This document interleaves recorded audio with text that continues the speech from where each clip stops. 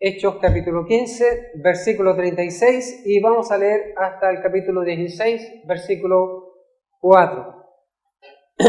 Dice: después de algunos días, Pablo dijo a Bernabé: volvamos a visitar a los hermanos en todas las ciudades en que hemos anunciado la palabra del Señor, para ver cómo están.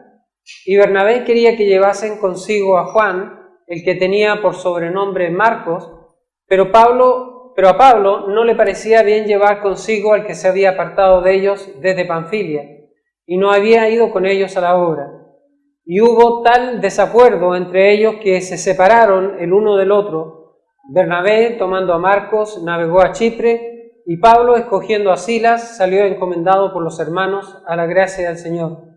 Y pasó por Siria y Cilicia, confirmando a las iglesias. Después llegó a Derbe y a Listra, y aquí había allí cierto discípulo llamado Timoteo, hijo de una mujer judía creyente, pero de padre griego. Y daban buen testimonio de él los hermanos que estaban en Listra y en Iconio.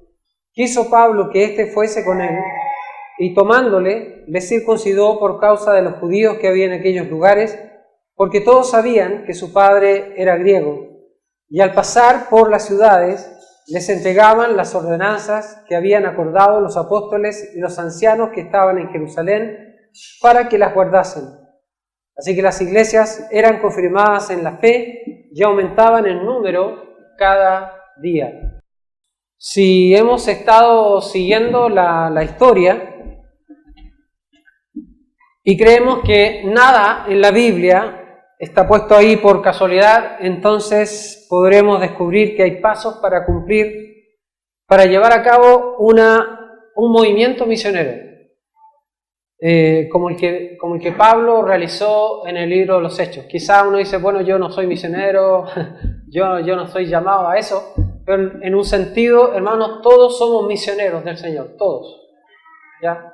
Todos somos llamados para servir al Señor, para proclamar su palabra, para llevarla a todo el mundo, ¿ya? Y sin ninguna distinción, nosotros tenemos que predicar el Evangelio a toda criatura.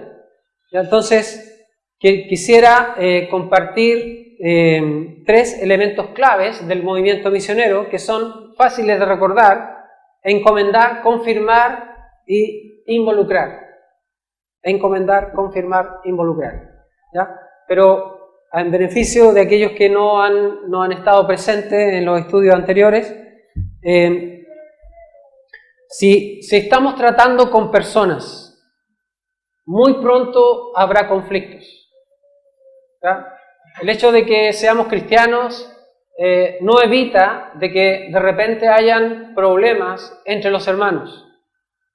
Y aquí, en este pasaje, nosotros tenemos a 2 de los más grandes apóstoles del Señor, ¿cierto? El apóstol Pablo, por decir, por lejos, el más grande de todos, ¿cierto? Y Bernabé, el hijo de consolación, este hombre piadoso, este hombre bueno, este hombre de fe, un hombre especial, con un carácter tan amoroso, y que de repente se ven involucrados en un conflicto de opiniones. No es un conflicto doctrinal, sino es un conflicto de opiniones, y no están de acuerdo, ¿ya? Y en versículo 39, dice: y hubo tal desacuerdo entre ellos que se separaron el uno del otro, ¿ya? Y esta palabra que se usa para desacuerdo se refiere a una discusión muy fuerte. Hubo tal desacuerdo, o sea que aquí probablemente se dijeron cosas duras el uno al otro, ¿ya? Y no sé, ¿cierto? Ellos habían vivido un viaje, habían pasado por cosas tremendas, estuvieron a punto de morir en algunos casos, y sin embargo ahora discuten por un asunto, podríamos decir, trivial, ya un asunto de opinión. Y vimos que en el contexto del capítulo 15 ellos ayudaron a resolver un problema doctrinal en la iglesia. En la iglesia en general, la iglesia estaba siendo llevada hacia volver a la ley, volver a la circuncisión, volver a guardar las ordenanzas de Moisés, y ellos fueron pieza clave para poder resolver esto de una manera bíblica. Y aunque ayudaron a la iglesia a resolver un asunto tan importante, tan grave, que involucra hasta el día de hoy a los cristianos, ellos no pudieron resolver algo muy pequeño. ¿Ya? Y eso nos pasa a nosotros en nuestras relaciones. A veces somos capaces de hacer todo doctrinalmente puro, pero cuando algo nos toca en cosas que aparentemente son insignificantes, no se nos olvida nuestra espiritualidad, ¿ya? Y especialmente cuando hay un pariente involucrado, cuando hay un hijo, en este caso un sobrino de Bernabé, cuando hay alguien que está involucrado, que tiene una relación directa, de repente perdemos la perspectiva y estamos discutiendo con alguien y estamos perdiendo esa relación, ¿ya? Entonces, si estamos trabajando con personas, y quiero decirle que esta es una iglesia que le ama a usted, que se alegra que usted esté presente acá, que sea parte de la congregación, pero hermano, en algún momento va a tener conflicto con alguien. En algún momento. Alguien no lo va a mirar bien, alguien le va a decir algo, alguien no lo va a tomar en cuenta, algo va a pasar. Somos seres humanos y algo va a pasar. Así que tenemos que tomar decisiones en cuanto a nuestra propia vida y a nuestro servicio al Señor. Y antes de ver estos tres elementos, quiero decirle que deberíamos tomar tres decisiones que son muy importantes como base para nuestra vida espiritual. Que, número uno, ningún conflicto debe ser una justificación para dejar de servir a Dios y a sus propósitos. Ningún conflicto. Ningún conflicto. ¿Tiene un conflicto con un hermano? ¿Cierto? Hay que resolver el asunto, hay que seguir adelante. Tiene un conflicto en el matrimonio. Aquí hay dos personas que se separaron, ¿cierto? De repente hay un conflicto en el matrimonio. Y se separaron, ¿cierto? Y hay gente que se separa y dice, bueno, ya yo estoy separado, estoy divorciado, yo ya quedé de lado, ya no puedo servir al Señor. Bueno, ningún conflicto debe impedirnos a nosotros servir al Señor. Si yo he fracasado, si yo he cometido errores, si yo he hecho mal algo en mi vida, yo puedo esforzarme, ¿cierto?, para corregir en mi vida lo que haya hecho. Si yo me equivoqué, está bien, me puedo equivocar, soy ser humano, ¿cierto? Pero voy a esforzarme para mostrar a mi Dios de que Él no se equivocó conmigo cuando me escogió. ¿Ya? No se equivocó, que yo puedo fracasar, pero me voy a levantar y voy a seguir adelante. Así que no habrá ninguna justificación para dejar de servir a Dios. Y para eso recordar cuáles son los principios, en un sentido general, en 1 de Timoteo capítulo 2, versículo 3 y 4, 1 de Timoteo capítulo 2, versículo 3 y 4 dice, porque esto es bueno y agradable delante de Dios nuestro Salvador, el cual quiere que todos los hombres sean salvos y vengan al conocimiento de la verdad. O sea, primero yo tengo que recordar, el propósito de mi Dios es que todas las personas sean salvos. Todos. ¿Ya? Su vecino, familiar, amigo del trabajo, y usted dice, pero es que yo tengo tantos problemas que no tengo tiempo de preocupar de eso, ¿cierto? Qué error, porque si usted se preocupa de las cosas de Dios, Dios se va a preocupar de sus problemas. Dios le va a ayudar en todo lo que usted hoy día está abrumado hasta el cuello, el Señor le va a ayudar en esas cosas si usted se sujeta a la voluntad de Dios. Dios quiere que todos sean salvos. En 2 de Pedro 3:9, 2 de Pedro capítulo 3 y el versículo 9, Dice, el Señor no retarda su promesa, según algunos la tienen por tardanza, sino que es paciente para con nosotros, no queriendo que ninguno perezca, sino que todos procedan al arrepentimiento. Dios quiere que todos sean salvos, ¿cierto? Pero también Dios quiere que todos se arrepientan. Y aunque usted no lo crea, el arrepentimiento no es solamente para salvación, sino que nosotros tenemos que desarrollar una actitud de arrepentimiento delante de Dios continuamente. Porque muchas veces vamos a estar enfrentados a situaciones de pecado y necesitamos arrepentirnos, necesitamos corregir nuestra vida. Y nosotros tenemos que o aplicar el arrepentimiento a nuestra vida o ayudar a otros a encontrar la manera de arrepentirse, de reconciliarse con Dios y de seguir adelante. Entonces, Dios desea que toda persona sea salva, Dios desea que todos se arrepientan. Dice el Señor que ahora, pasando estos tiempos de la ignorancia, manda en todo lugar a todos los hombres que se arrepientan, ¿cierto? La búsqueda del Señor es que los hombres se arrepientan. Y también en Colosenses capítulo 1,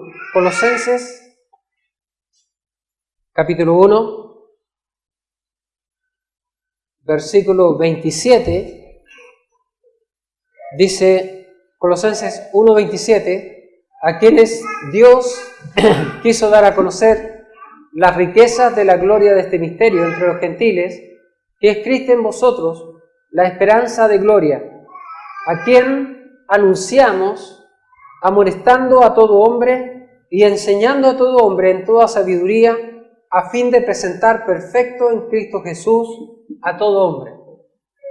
Si no entendió, lo que Pablo está diciendo acá es que Dios quiere que todos seamos perfectos como Jesucristo.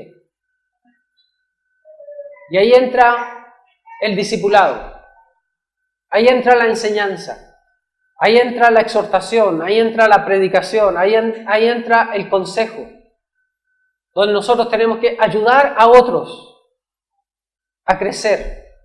Y cuando ayudamos a otros a crecer, al mismo tiempo crecemos nosotros. Al mismo tiempo nos desarrollamos nosotros. Así que estas tres evidencias, ¿cierto?, de lo que Dios quiere en nuestra vida, no deben desaparecer de nuestra vida cuando tenemos conflictos. Tiene conflicto familiar, tiene conflicto en la iglesia, tiene conflicto laboral, tiene conflicto económico. Que eso no sea una justificación para dejar de servir a Dios, para dejar de pensar en Dios. ¿Qué es lo que Dios quiere de mí? ¿Qué es lo que Dios espera de mí? En segundo lugar, otra decisión que debemos tomar, debemos asociarnos con aquellos que tienen la misma convicción. Aquí, a causa del conflicto que acabamos de leer en Hechos capítulo 15, un conflicto de opiniones, un equipo misionero de lujo se disolvió. Pero en ambos lados, tanto en el lado de Bernabé como en el lado de Pablo, resolvieron asociarse con uno que tuviese la misma convicción. ¿Ya? No podemos, hermanos, quítese de la mente de que usted va a poder hacer la obra solo. La obra del Señor se hace con alguien, siempre con alguien. Solo Jesús puede ser, solo. Nosotros siempre necesitamos a alguien a nuestro lado. ¿Ya? Y en el caso, Bernabé tomó a Marcos y Pablo escogió a Silas. Y Silas realmente es un tipo extraordinario, ¿cierto? Vimos el día miércoles muchas de sus capacidades, cualidades que él tiene, ¿cierto? Pero además él sigue apareciendo muchas veces en la Escritura, ¿ya? Y es sorprendente, ¿cierto?, cómo él trabaja hasta el final del ministerio del apóstol Pablo, sigue trabajando. Ahora, ¿a quiénes les gusta el fútbol? ¿Cierto? Hay varios que les gusta el fútbol, ¿cierto? ¿Alguna vez te ha tocado estar ahí al borde de la cancha, dispuesto para entrar, pero nadie te elige? A mí me pasa siempre, por si acaso. Siempre, ¿sí? O me dejan para el final o me eligen al principio para no hacerse problema. Pero la verdad de las cosas es que, hermanos, qué interesante es pensar en que si los apóstoles estuvieran acá, si Bernabé estuviera acá, si Pablo estuviera acá, ¿te elegiría a ti? ¿Te elegiría a ti para formar parte de su equipo? ¿Somos personas elegibles? Mateo dice que muchos son los llamados, pero pocos los escogidos. Y esto no se refiere a la salvación, sino se refiere al servicio. Y la verdad es que aunque mucha gente llega a la salvación, no todos tienen un corazón para servir. Y uno se da cuenta a lo largo del ministerio, a veces uno anda detrás de las personas tratando de motivarlos, ¿cierto? Y nunca despiertan. ¿Ya? Nunca despiertan. Entonces, Cristo mismo fue escogido. La Biblia dice en 1 de Pedro, capítulo 2, 1 de Pedro 2, versículo 4, 1 de Pedro 2, 4 dice, acercándoos a Él, piedra viva, desechada ciertamente por los hombres, mas para Dios escogida y preciosa. ¿Ya? Cristo es escogido. En realidad Cristo es único, no hay otro como Él, ¿cierto? Pero al mismo tiempo, en Hechos capítulo 9, Hechos capítulo 9 y el versículo 15, Hechos capítulo 9, versículo 15, el Señor le dijo, ve, porque instrumento escogido me es este, para llevar mi nombre en presencia de los gentiles y de reyes y de los hijos de Israel. Pablo también es un instrumento escogido. También es escogido. O sea, ellos eligen a otros, pero ellos mismos también fueron escogidos por Dios. Y en un sentido, todos nosotros fuimos también escogidos para el Señor. En 2 de Timoteo, capítulo 1, 2 de Timoteo, capítulo 1, versículos 8 y 9. 2 de Timoteo 1, versículos 8 y 9 dice, por tanto, no te avergüences de dar testimonio de nuestro Señor, ni de mí, preso suyo, sino participa de las aflicciones por el Evangelio según el poder de Dios, quien nos salvó y llamó con llamamiento santo, no conforme a nuestras obras, sino según el propósito suyo y la gracia que nos fue dada en Cristo Jesús antes de los tiempos de los siglos. También Dios nos escogió a nosotros y nos llamó. Ahora, estamos trabajando en servir. O sea, hermanos, yo quiero ser escogido por el Señor.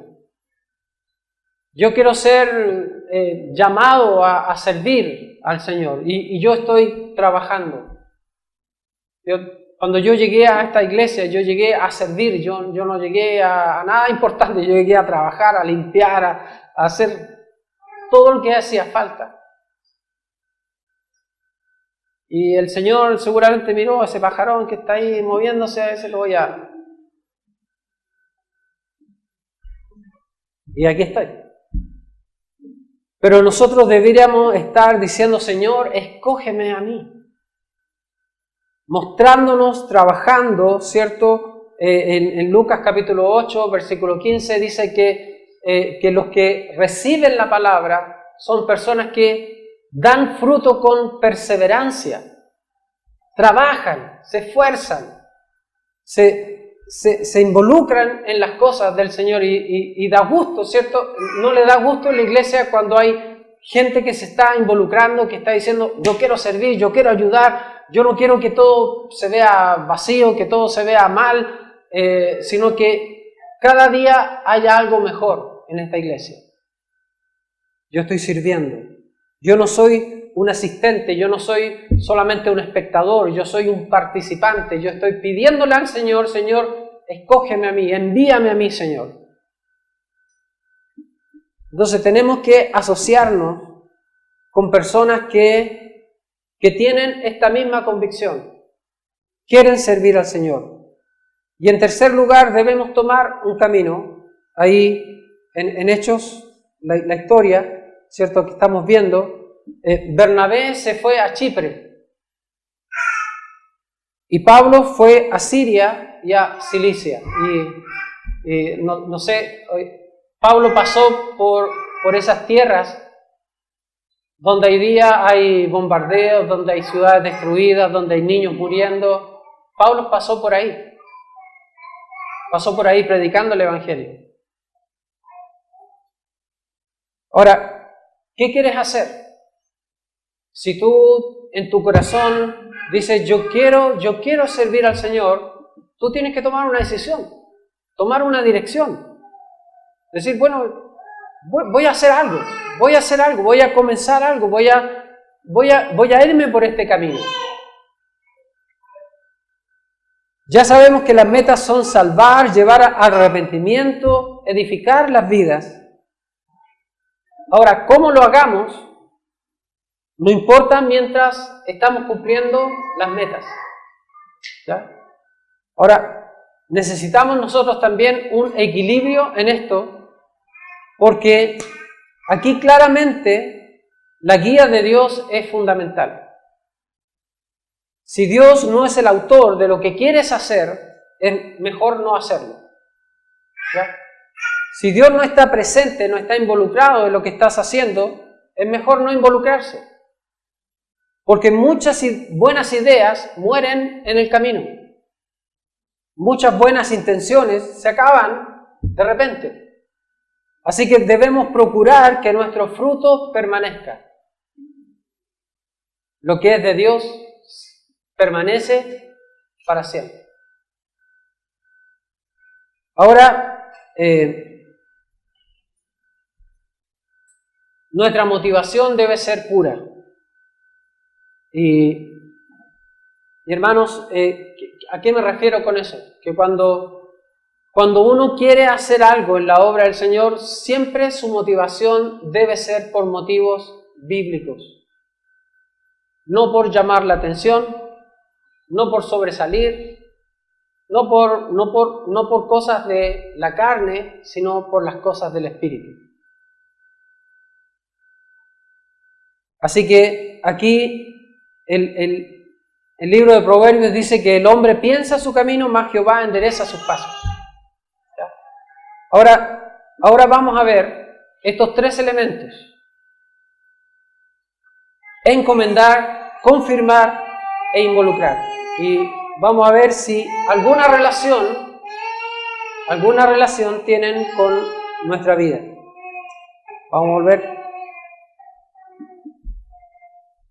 Vamos a volver a Hechos capítulo 15, versículo 40. Hechos capítulo 15, versículo 40. Y Pablo, escogiendo a Silas, salió encomendado por los hermanos a la gracia del Señor. ¿Qué significa encomendar? Encomendar es confiar una persona o cosa a otro. En el aspecto espiritual, encomendar es poner a otros en las manos de Dios. Él va a determinar lo que es justo. En Primera de Pedro, capítulo 4, versículo 19. Primera de Pedro 4, 19. Dice, de modo que los que padecen según la voluntad de Dios encomienden sus almas al fiel Creador y hagan el bien. ¿Ya? Ahora, ¿tiene problemas? ¿Está sufriendo por alguna cosa? ¿qué debería hacer? Encomendar su alma en las manos de Dios. Señor, pongo mi vida, pongo todo lo que yo tengo, todo lo que yo soy, lo pongo en tus manos, Señor. Tú determina. Te entrego esta carga, Señor, te entrego esta preocupación, esta angustia de saber qué va a pasar.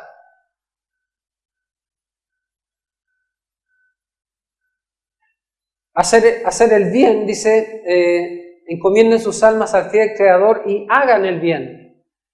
O sea, esa es la parte que nos corresponde a nosotros y lo demás dejarlo en las manos de Dios. Encomendar significa dejar de tener el control de nuestras vidas para dejarla en las manos del Señor. Vamos a Salmo capítulo 31, versículo 5. Salmo 31, 5. Salmo capítulo 31, versículo 5.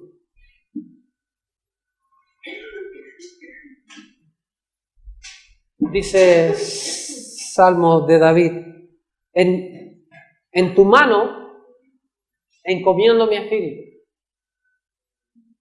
Tú me has redimido, oh Jehová, Dios de verdad. ¿Le suena conocido eso? En alguna parte lo he escuchado, ¿cierto? Debe ser en Lucas 23, 46. Lucas capítulo 23, versículo 46.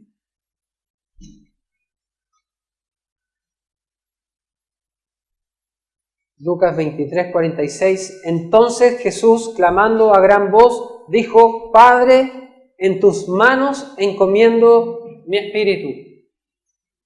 Y habiendo dicho esto, expiró. Él encomendó. Él lo dejó en las manos de Dios. Y Dios lo llevó a casa. Lo llevó al cielo. Encomendar al Señor es dejar de tener miedo por lo que vendrá, por lo que puede pasar. La mayoría de personas, todos nosotros, ¿cierto? Estamos hablando acerca de nuestros niños, de que se enferman, y ahora estamos comenzando este periodo tan difícil del invierno, y va a haber mucha enfermedad, y va a haber muchos momentos difíciles, va a haber momentos de angustia, de preocupación. Hermanos, ¿qué podemos hacer? Encomendar todo en las manos de Dios. Encomendar y dejar de tener miedo y empezar a confiar en el Señor. Primera de Pedro 2, 23. Primera de Pedro capítulo 2, versículo 23.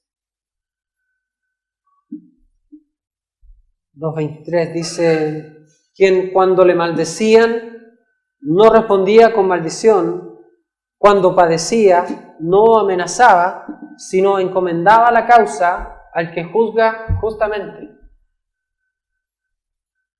Al que juzga justamente. ¿Hay alguien que te maldice? ¿Hay alguien que te amenaza? Tu temor puede ser una motivación para estar encomendando tu vida constantemente a Dios. Tengo miedo. Obviamente, soy ser humano y tengo miedo. No tengo miedo por mí, tengo miedo por los que amo. Y eso me hace estar continuamente encomendando al Señor, orando, y no hay mejor lugar, de repente cantamos, ¿cierto? No hay mejor lugar que estar delante de ti. Estar en la presencia de Dios, rogando: Señor, te ruego por mi hijo, Señor, te ruego por mi hija, te ruego, Señor, por mis nietos, te ruego, Señor, por las personas que amo, te ruego por la iglesia, Señor. Aquí estoy encomendando, Señor, a cada uno delante de ti, y Señor, tú eres el único que puede quitar de mí el temor. Encomienda tu causa al que juzga justamente. ¿Se acuerda de que hubo un conflicto en nuestra historia, en el libro de Hechos? Mire, en 1 Corintios capítulo 9, versículo 6. 1 Corintios capítulo 9, el apóstol Pablo está hablando, está escribiendo esta carta a los corintios, que están en Grecia, están en un lugar bien distinto a los lugares que estamos viendo ahora, unos 10 años después de Hechos capítulo 15. Unos 10 años después. Y versículo 6 dice, ¿o solo yo y Bernabé no tenemos derecho de no trabajar? ¿Perdón? ¿Es el mismo Bernabé con el cual peleaste, Pablo? Sí, es el mismo. Unos 10 años después, la situación se resolvió. Y aquello que los había separado, aquello que no se pudieron reconciliar, que no pudieron resolver, está resuelto. Y él está hablando acerca de este gran hombre de Dios, Bernabé, diciendo, ¿acaso solamente yo y Bernabé no tenemos derecho de tener una esposa, de tener un sueldo, de tener ayuda? ¿Solamente nosotros? Todos los demás pueden, el apóstol Pedro, los hermanos de Jesús, todos pueden, ¿y acaso nosotros no? Mira, en Colosenses capítulo 4,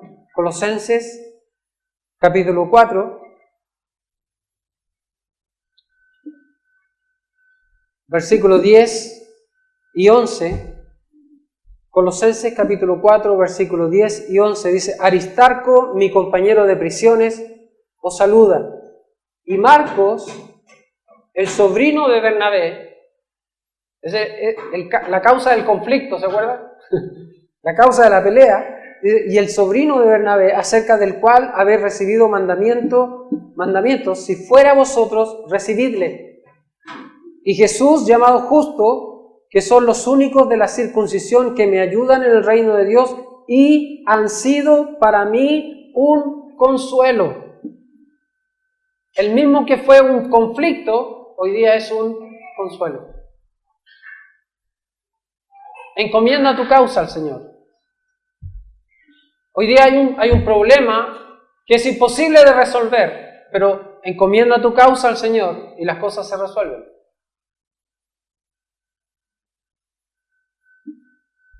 Qué interesante que aquel que fue un conflicto se convierta en un consuelo.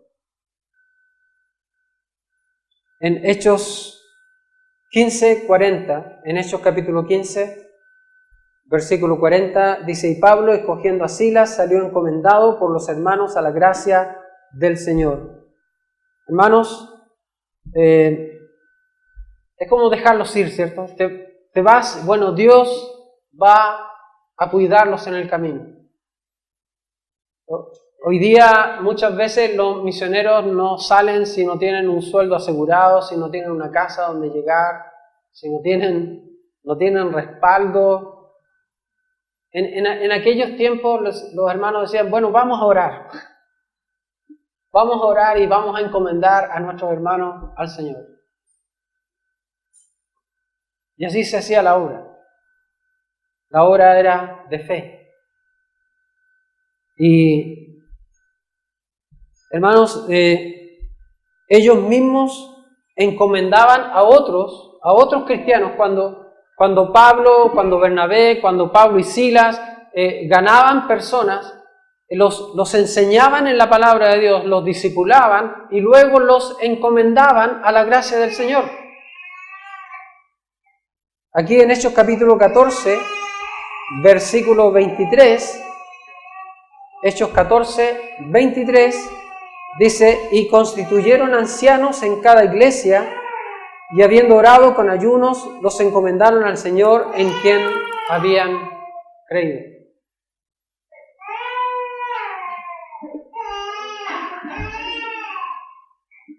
¿Qué podemos aprender de esto?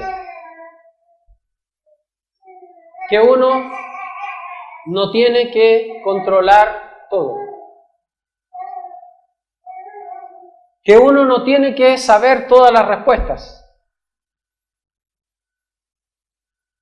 Es Dios nuestro Padre quien conoce y sabe todas las cosas. Pero también hay líderes, hermanos, que quieren controlar todo de los creyentes bajo su cuidado.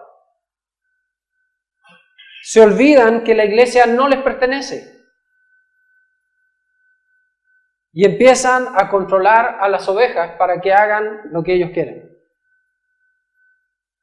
El Señor dijo, sobre esta roca edificaré mi iglesia. O sea, es su iglesia. Y yo tengo que recordar que solamente hay uno que fue crucificado, se llama Jesucristo, no es el pastor, sino que fue el Señor Jesús. Vamos a ver Hechos capítulo 20, versículo 28.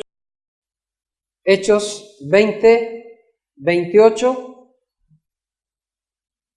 al 30 dice, por tanto, mirad por vosotros y por todo el rebaño en que el Espíritu Santo os ha puesto por obispos para apacentar la iglesia del Señor, la cual Él ganó por su propia sangre. Porque yo sé que después de mi partida entrarán en medio de vosotros lobos rapaces que no perdonarán al rebaño, y de vosotros mismos se levantarán hombres que hablen cosas perversas para arrastrar tras sí a los discípulos. Ya, en este pasaje se llama la iglesia del Señor. Y dice, la cual Él ganó por su propia sangre. O sea, que la iglesia, hermanos, la iglesia no nos pertenece y tampoco le pertenece al pastor. De repente hay gente que dice, esta es su iglesia. No, esta no es mi iglesia, para nada. Para nada, yo estoy cuidándola, pero no es mía. No me pertenece, nada de esto es mío. Y hay algunos lobos rapaces que vienen para robar lo que no les pertenece, se apropian de lo que no ganaron. Aquí en Hechos 20:32 dice, y ahora, hermanos, os encomiendo a Dios y a la palabra de su gracia, que tiene poder para sobreedificaros y daros herencia con todos los santificados. Aquí está, otra vez está encomendando al Señor. Pablo no tiene el poder para ver cada detalle. Este es un acto de fe y de confianza en Dios. Filipenses capítulo 1, versículo 6. Filipenses capítulo 1, versículo 6.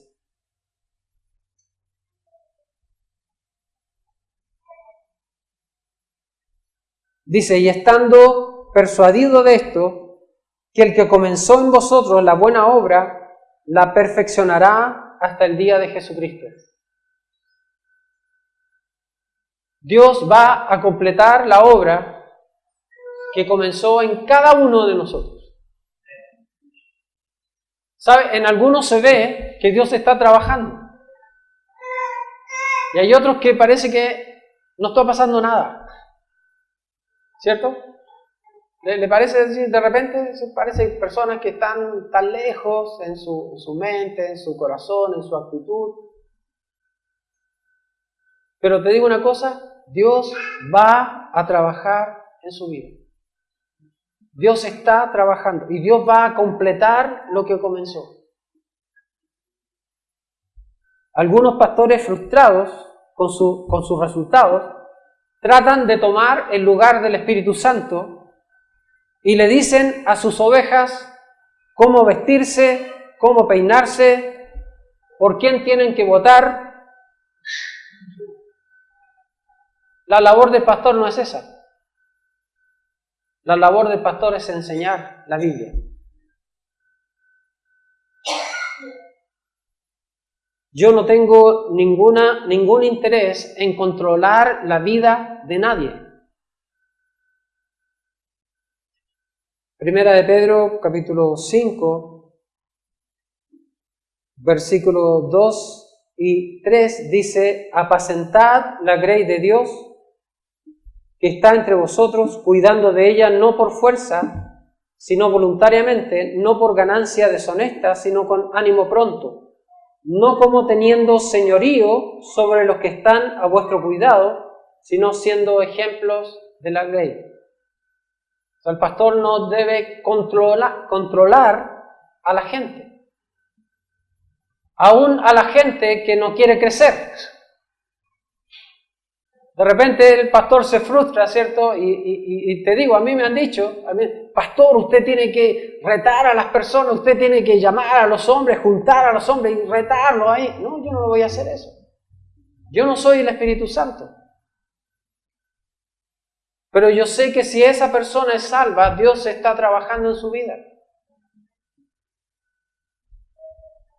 En Romanos capítulo 8,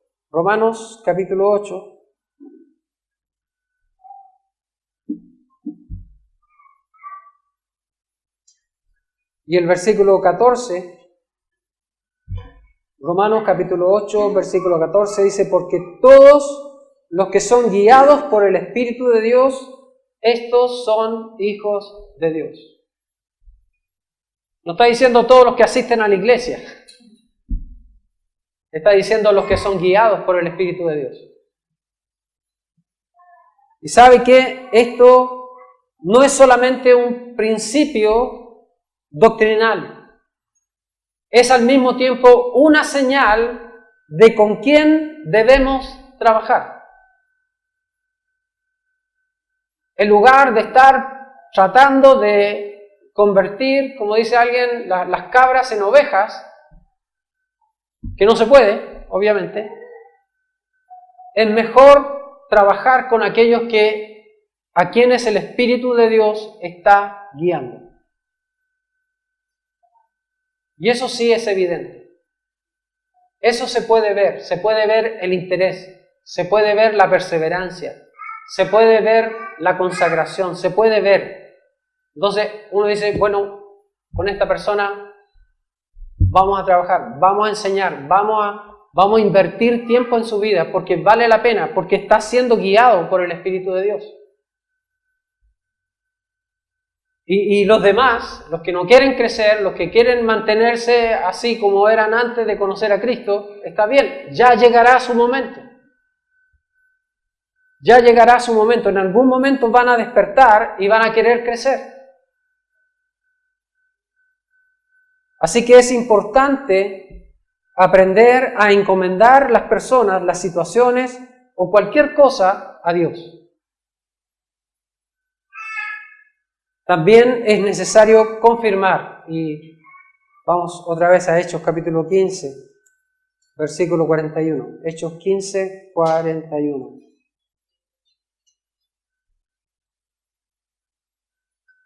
Y pasó por Siria y Cilicia confirmando las iglesias. ¿Qué significa confirmar? Confirmar significa hacer sólido, hacer estable. Esta es la labor de poner fundamento a la fe propia. Mire, en Lucas 22, 31 y 32, el Señor Jesucristo hablando a Pedro, y dijo también el Señor, Simón, Simón, he aquí Satanás os ha pedido para zarandearos como a trigo.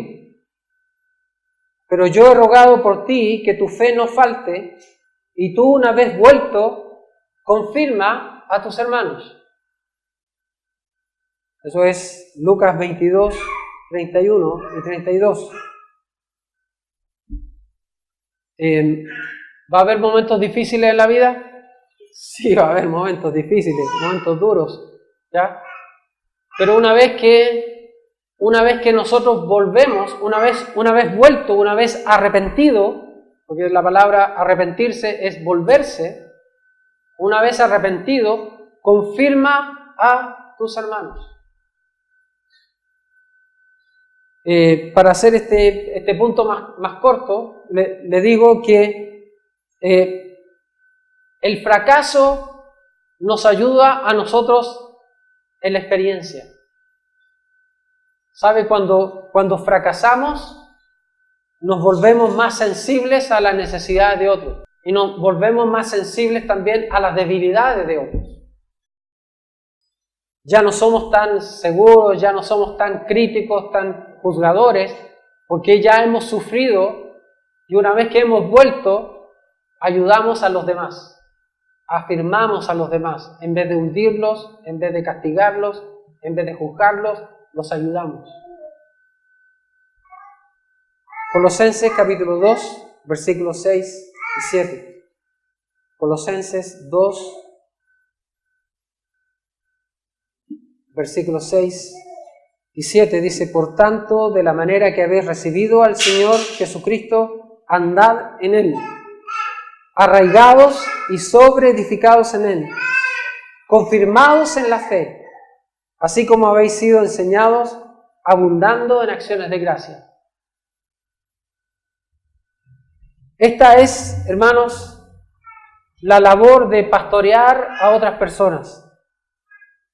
Es transferir la experiencia personal a los que tienen menos tiempo en el Señor. Aquí en Hechos capítulo 16, Hechos 16, versículo 4 y 5, dice: y al pasar por las ciudades, les entregaban las ordenanzas que habían acordado los apóstoles y los ancianos que estaban en Jerusalén para que las guardasen. Así que las iglesias eran confirmadas en la fe y aumentaban en número cada día. Ellos ponían el fundamento, explicaban: mire, por esta razón son estas ordenanzas. Y cuando alguien te explica, cuando alguien te aclara la Biblia, tu fe se fortalece. Tu fe se confirma. ¿No siente gozo usted cuando alguien aclara sus dudas? Cuando hay ahí en su mente diciendo: bueno, ¿seré salvo? ¿No seré salvo? ¿Será cierto que soy salvo? Y de repente alguien, mira, te voy a explicar. Y te muestran con la Biblia y tú dices: oh Dios, pucha, claro, es cierto. Que no importa que si mi corazón me reprende, porque más grande que mi corazón es Dios.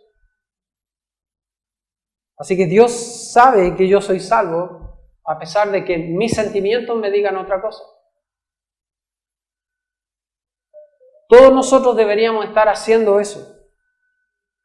Esta es la labor de hacer discípulos. Otra vez, Primera de Pedro, capítulo 5. Primera de Pedro 5, versículos 7 al 10. Primera de Pedro 5, versículos 7 al 10 dice: echando toda vuestra ansiedad sobre Él, porque Él tiene cuidado de vosotros. Sed sobrios y velad, porque vuestro adversario el diablo, como león rugiente, anda alrededor buscando a quien devorar, al cual resistid firmes en la fe, sabiendo que los mismos padecimientos se van cumpliendo en vuestros hermanos en todo el mundo. Mas el Dios de toda gracia, que nos llamó a su gloria eterna en Jesucristo, después que hayáis padecido un poco de tiempo, Él mismo os perfeccione, afirme, fortalezca y establezca. O sea, Dios nos establece. Dios, a pesar de que haya un poco de sufrimiento, y eso es algo común para todos, ¿cierto? Si preguntamos a cada uno tiene algún tipo de sufrimiento. Y la Biblia te dice que después que hayas sufrido un poco, el Señor te va a afirmar, el Señor te va a perfeccionar, el Señor te va a fortalecer, el Señor te va a establecer. Tú vas a ser más sólido como creyente. Porque sin importar lo que venga por delante, tú ya tienes la experiencia y sabes que esto no te va a hundir. Habrá ansiedad, habrá conflictos, habrá dudas, habrá fracasos. Todo tiene propósito, hermanos, ¿sí? Una vez que volvamos a la fe, tendremos una nueva perspectiva. más compasiva y ahora conoceremos algo más respecto al Señor. Uno aprende más de Dios, uno sabe más de Él. Por último, por fin, ¿cierto? Por último, aparte de encomendar y confirmar, debemos involucrar.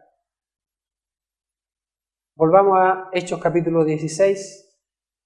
Hechos 16 y espero que si nada de lo que hemos compartido le sirve, ojalá que este pueda servirle como un desafío, por lo menos esta parte pueda servirle como un desafío. Debemos involucrar a otros en el ministerio. En Hechos capítulo 16, versículo 1, dice: después llegó a Derbe y a Listra, y aquí había allí cierto discípulo llamado Timoteo, hijo de una mujer judía creyente, pero de padre griego. Y daban buen testimonio de él los hermanos que estaban en Listra y en Iconio. Quiso Pablo que éste fuese con él, y tomándole le circuncidó por causa de los judíos que había en aquellos lugares, porque todos sabían que su padre era griego. Versículo 3 dice que Pablo quiso que éste fuese con él. Otra vez, aquí no hay ayuno, no hay oración, no hay como la búsqueda de la dirección del Señor en esto. Lo que sí hay es el testimonio de otros hermanos. En el versículo 2 dice: y daban buen testimonio de él los hermanos que estaban en Listra y en Iconio.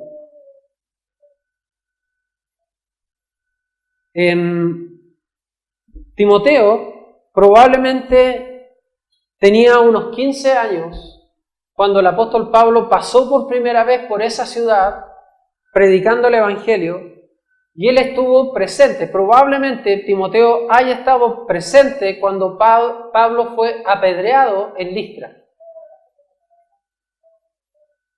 Y ahora, unos 5 años después, Timoteo, con alrededor de unos 20 años, ¿cierto? No tenemos nada preciso, pero alrededor de los 20 años, ahora él está listo para servir al Señor. Y podríamos decir de que Timoteo físicamente no era un buen candidato para el ministerio. Porque Pablo dice, por ejemplo, ya no tomes agua, sino toma un poco de vino a causa de tus frecuentes enfermedades. Timoteo era muy enfermo, muy débil físicamente. También luchaba con inseguridad y con temor. Y Pablo tiene que decir: Dios no nos ha dado espíritu de cobardía, sino de poder, de dominio propio. Sin embargo, él era un hombre, un joven consagrado. Pero la parte que nosotros debemos aprender es que Pablo no fue el primero en involucrarlo en el ministerio. Vamos a ver 2 de Timoteo capítulo 3, versículo 14. 2 de Timoteo 3, versículo 14.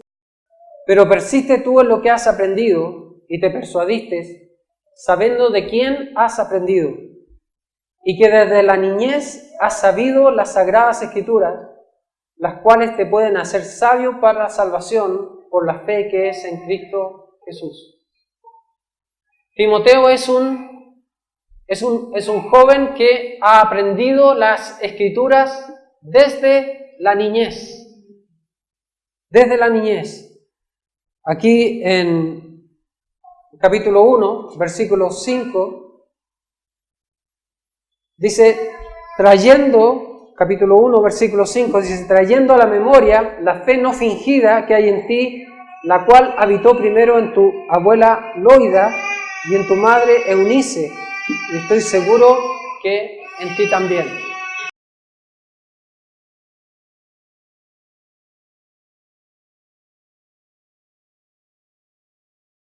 Su madre y su abuela fueron los discipuladoras. ¿Hay madres y abuelas aquí? Sí, hay madres y abuelas. Ellas inculcaron la fe en Timoteo cuando era niño. Hermanos, ¿cuántas veces hemos visto la presentación de un niño acá? ¿Ha visto presentaciones de niños? Montones, ¿cierto? ¿De dónde proviene eso? De Deuteronomio capítulo 6, versículo 4 al 9, donde dice que, y las palabras que te mando hoy estarán sobre tu corazón, y las repetirás a tus hijos, y hablarás de ellas estando en el camino y estando en tu casa, y al acostarte, estarán en tu frente y en tus manos. Hermanos, ellas cumplieron este mandamiento. Ellas enseñaron la palabra de Dios a sus hijos, en este caso a Timoteo. Yo te digo que hay muchos hermanos con buena intención que presentan sus hijos al Señor, que se comprometen a enseñar a sus hijos en la palabra del Señor, pero después no lo hacen. Y dejan que otras cosas llenen la mente y el corazón de los niños. En lugar de estar buscando la manera de enseñar, y digo enseñar, no predicar, no estar ahí sermoneando a los hijos, sino enseñando de una manera inteligente, de una manera sabia, enseñándoles a los hijos la Biblia, enseñándoles la fe. Cuando los chicos crecen, tienen 15 años, como Timoteo en el primer viaje de Pablo, a esta altura están con sus mentes llenas de otras cosas, en lugar de tener un corazón para Dios. Este mandamiento es para el hombre de la casa, pero a falta de hombre que enseñe y que dé ejemplo, está la madre que asume esa labor y la abuela que respalda. ¿Cuántos niños hoy día son adictos al celular? ¿Cuántos niños hoy día son adictos a los juegos de video? Hay unos videos impresionantes, ¿cierto? Hace poco, en la semana, había una mujer que daba alimento a su hijo mientras el chiquillo no dejaba de jugar el juego. No nos damos cuenta, pero estamos alentando a nuestros hijos en ese camino. Y de repente, cuando los niños crecen, queremos que permanezcan en la fe y los niños ya no tienen corazón para eso. Porque hay otras cosas que han ganado su corazón y porque nosotros no hemos cumplido con nuestro compromiso de enseñar a nuestros hijos la palabra de Dios.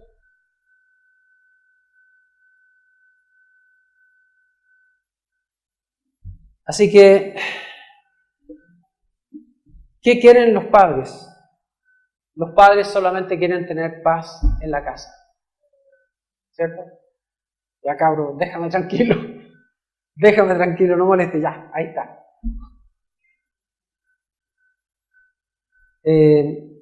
Criar hijos cuesta. Mi esposa y yo hemos criado hijos. Y hoy día están enfermos, ¿cierto? No están presentes hoy día. Pero los dos están involucrados en el ministerio. Y estamos criando también nietos. Estamos cuidando nietos. Y es difícil, les digo, a veces es difícil, ¿ya? Ya no tenemos la edad, no tenemos la fuerza, pero aunque es un sacrificio, al mismo tiempo es una inmensa responsabilidad influir la vida de los niños. Y no tenemos que olvidarnos de eso. Es un privilegio, hermanos. Y tenemos que involucrarlos en la fe. No esperar que crezcan y tengan el corazón lleno de otras cosas. Y después pensamos, no sé por qué los hijos se nos van de la casa. No sé por qué los hijos no quieren ir a la iglesia. Y pensamos eso, cuando en realidad los culpables somos nosotros, que no hemos involucrado a nuestros hijos. ¿Cómo está usted en su casa? ¿Involucra a sus hijos en la fe? ¿Está dando el ejemplo correcto para que ellos lo sigan? Porque, hermano, a veces nos pasaba antes, había gente que nos venía a dejar los niños para irse a la feria. Nos usaban como guardería. Porque ellos no estaban interesados en el camino del Señor, solamente querían tener paz. Ahora Pablo llega y toma a este joven de unos 20 años y le digo, ¿cuántos jóvenes de 20 años, alrededor de 20 años hay en esta iglesia? Y lo involucra en el ministerio.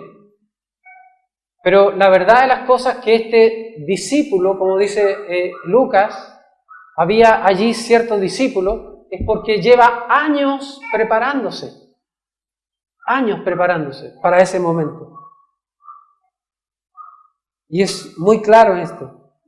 Y probablemente, antes de salir de la ciudad, Timoteo fue ordenado al ministerio. Imagínense, con alrededor de 20 años. En 1 Timoteo capítulo 4, 1 Timoteo 4, versículo 11 al 14, dice, esto manda y enseña. Ninguno tenga en poco tu juventud, sino sé ejemplo de los creyentes en palabra, conducta, amor, espíritu, fe y pureza. Entre tanto que voy, ocúpate de la lectura, la exhortación y la enseñanza. No descuides el don que hay en ti, que te fue dado mediante profecía con la imposición de las manos del presbiterio. Ocúpate en estas cosas, permanece en ellas, para que tu aprovechamiento sea manifiesto a todos. Lo que está diciendo Pablo, en otras palabras, es que el grupo de ancianos, el presbiterio, los líderes de la iglesia, impusieron sus manos sobre Timoteo y le dieron un don. Oraron por él, diciéndole, Señor, dale a este hombre la capacidad de hablar en tu nombre. Es interesante eso. Segunda de Timoteo capítulo 1, versículo 6. Segunda de Timoteo 1, 6 dice, por lo cual te aconsejo que avives el fuego del don de Dios que está en ti por la imposición de mis manos. Pablo oró por él como apóstol y profetizó y él dijo, tú vas a tener un don. Y hermano, eso es, en realidad, la profecía es decir antes. Ahora, le pregunto, ¿qué está orando por sus hijos? ¿Sabe? Cada vez que oramos por niños enfermos, Señor, te rogamos que sanes a este niño, pero también te rogamos, Señor, que sea un hombre piadoso, que sea un hombre de paz, que sea un hombre de Dios, que sea un hombre temeroso del Señor, que te sirva, Señor. No, estamos profetizando en cierta forma, estamos diciendo antes, estamos pidiéndole al Señor que el Señor use a ese niño de una forma poderosa.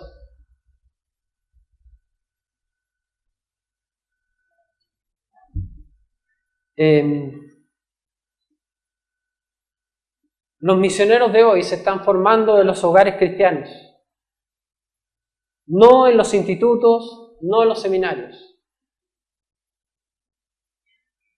La pregunta es si nosotros hoy día estamos encomendando a otros en las manos de Dios. La pregunta es si estamos confirmando a otros en la fe, ayudándolos con el discipulado, enseñándoles, ayudándoles, transfiriendo nuestra experiencia. Diciendo, mira, yo fracasé en esto, pero aprendí esta otra cosa. ¿Está involucrando usted a sus hijos en el ministerio? ¿Está orando por ellos? ¿Está enseñándoles la palabra? ¿O está esperando que otras cosas tomen el control de esa vida? Vamos a orar.